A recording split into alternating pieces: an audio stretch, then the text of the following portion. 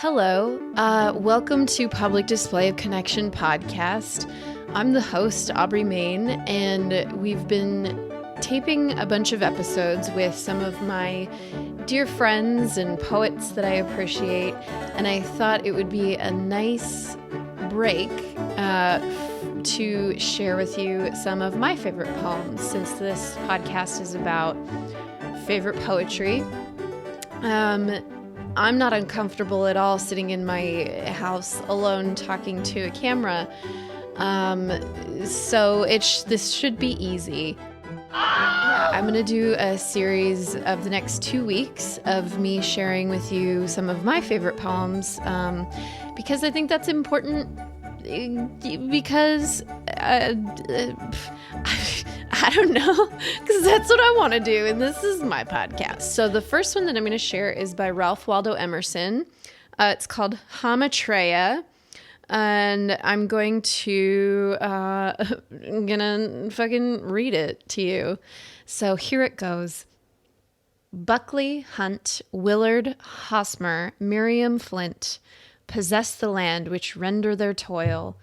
Hay, corn, roots, hemp, flax, apple, wool, and wood. Each of these landlords walked amidst his farm, saying, "'Tis mine, my children's, and my name's. How sweet the west wind sounds in my own trees! How graceful climb those shadows on my hill! I fancy those pure waters and the flags know me, as does my dog. We sympathize, and I affirm my actions, smack of the soil." Where are these men? Asleep beneath their grounds, and strangers, fond as they, their furrows plow. Earth laughs in flowers to see her boastful boys. Earth proud, proud of the earth which is not theirs, who steer the plow but cannot steer their feet clear of the grave. They added ridge to valley, brook to pond, and sighed for all that bounded their domain. This suits me for a pasture, that's my park. We must have clay, lime, gravel, granite ledge, and misty lowland where to go for peat. The land is well, lies fairly to the south. 'Tis good when you have crossed the sea and back to find the sit-fast acres where you left them. Ah, the hot owner sees not death, who adds him to his land, a lump of mold the more. Hear what the earth say. Earth song. Mine and yours, mine not yours. Earth endures. Stars abide, shine down in the old sea.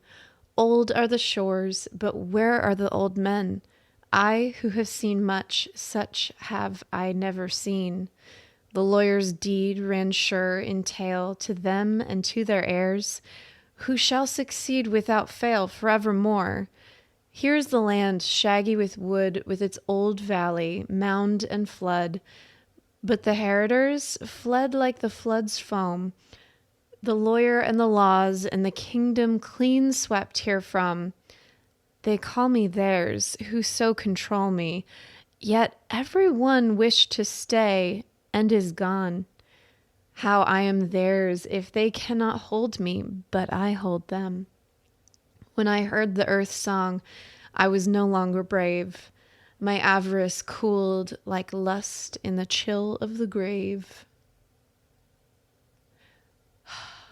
This poem has a famous line in it, or that's something that's frequently used. Okay, just making sure I'm recording. It has a line that's frequently, I would say, posted on Instagram or Pinterest, which is the Earth Laughs in Flowers line. But it's funny to see it within the context of this poem, which is basically the earth being like, you don't own me, I own you. But the line is slightly romanticized in our using of it, because it's like, oh, it's, the earth laughs in flowers. It's so beautiful, which is like a beautiful thing to think about. And I love the idea of flowers being this kind of extra version of emotion, which is fun to think about. I also like to think about flowers as like Earth's orgasms. But that's maybe another poem. The whole idea of this is like how hard we work to own the earth and to possess it and to have power and dominion over it. But it really is all for nothing because we all are going to be dead someday. And it's always been a fascinating thing to me where it's like you want to strive and you want to create and you want to like do big things and you want to have a piece of something that's your own. But I feel like we stress ourselves out so much trying to get that we don't even really enjoy our time here. I think just the idea of like toil has been on my mind lately and very evident, of just like stress and work and trying to have like a piece of something for yourself it's a lot. It's a lot of work. And I feel like I get really stressed about, not having enough money or not being at a certain place in my life where maybe I should be. But something that always kind of like is like a mantra for me that I would say like humbles me is reminding myself that like we're all going to be dead someday and none of this is going to matter. And this poem kind of like encapsulates that beautifully and kind of in a sassy way, which I'm always a fan of sass. Because it's like liberating to think that you don't have to work so hard and you don't have to have so much focus on possession, and rather than just enjoyment and experience and presence, and that the sense of ownership is kind of a perversion of this thing that we have. That being said, don't break into my house and steal all of my cool shoes and trinkets. But yeah, I guess it's like the thing that connects with me about this poem is just that release of toil and pride and the idea that the earth is just this kind of like a rock mine for us to chip away at rather than a theater that we're supposed to be experiencing like a grand show, which I like to think that that's true. This poem, I've gone back to it a few different times and have like kind of written some similar poems that have been inspired of that, which, you know what? Maybe I'll read it. I'm in charge here. I can do whatever I want. Now I just have to find the poem. Pause. Okay, I found it. So this one is kind of in the same vein. It's not the same type of poem, but it's kind of in the same breadth. So I wrote this, and it's called Anti-Kinetic. The blood pumping through our veins has gone at such a steady pace these days that our bodies have unwilded. Equilibrium, coagulation, status quo, an always full belly. We aren't hungry anymore for food or fucking or feeling the wet soil beneath our racing feet.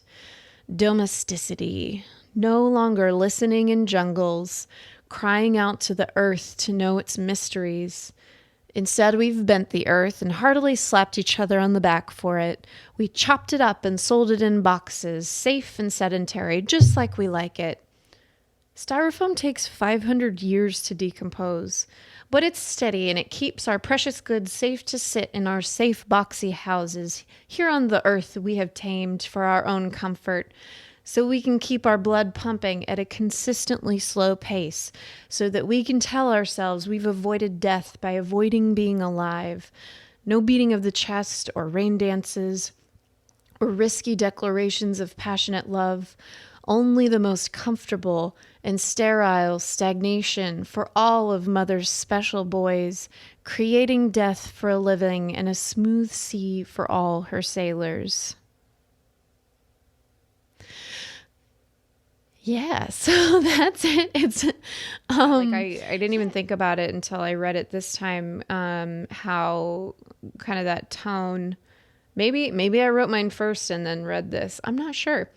But there has been kind of a desire in me to pursue more of things that are like nature, wildness, like animals, like sexuality, like kind of the more animalistic, natural side of humanity, because it just feels like we're progressively getting more boring and grosser, and like there's like I've sat in like jungles and just felt the like abundance of the planet that we're on, where it was like healthy plants, running clean water, animals, doing their mating things, so many frogs in the jungle.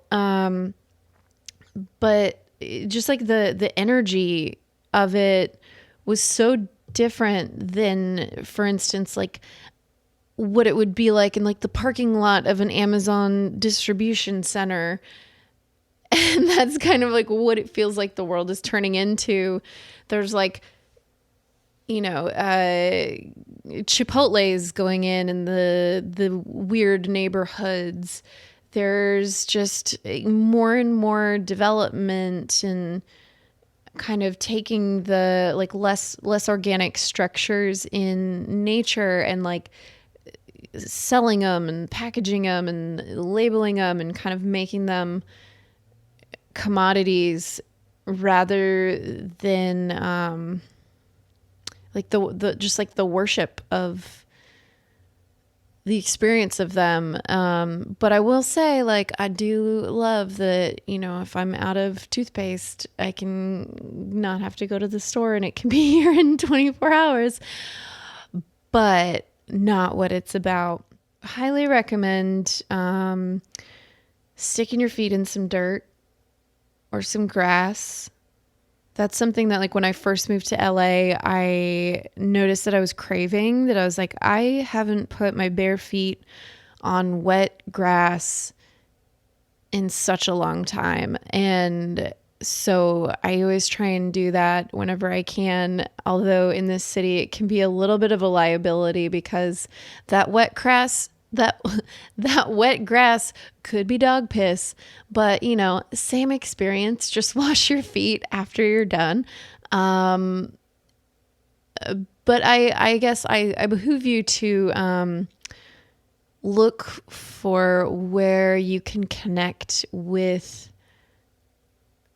the nature and the wildness around you and in yourself, and where that can be deepened and accentuated. Like, go roll around in some mud, like go pee outside. Like we just went to a nude beach and it was so like primal, and it felt so good to just be a human out in the earth in the natural state and just, exist in this frequency with whatever was going on around us and feel it on our bodies. And yeah, it's good stuff. So yeah, that's one of my favorite poems, and I would love to hear your feedback / I'm terrified of it unless it's positive. I'd love to hear your positive feedback. That's what I want. Thanks for tuning in. We will continue to have guests on and more episodes of other people sharing their favorite poems. But for a little bit, I'd like to share more of myself with you. Love you.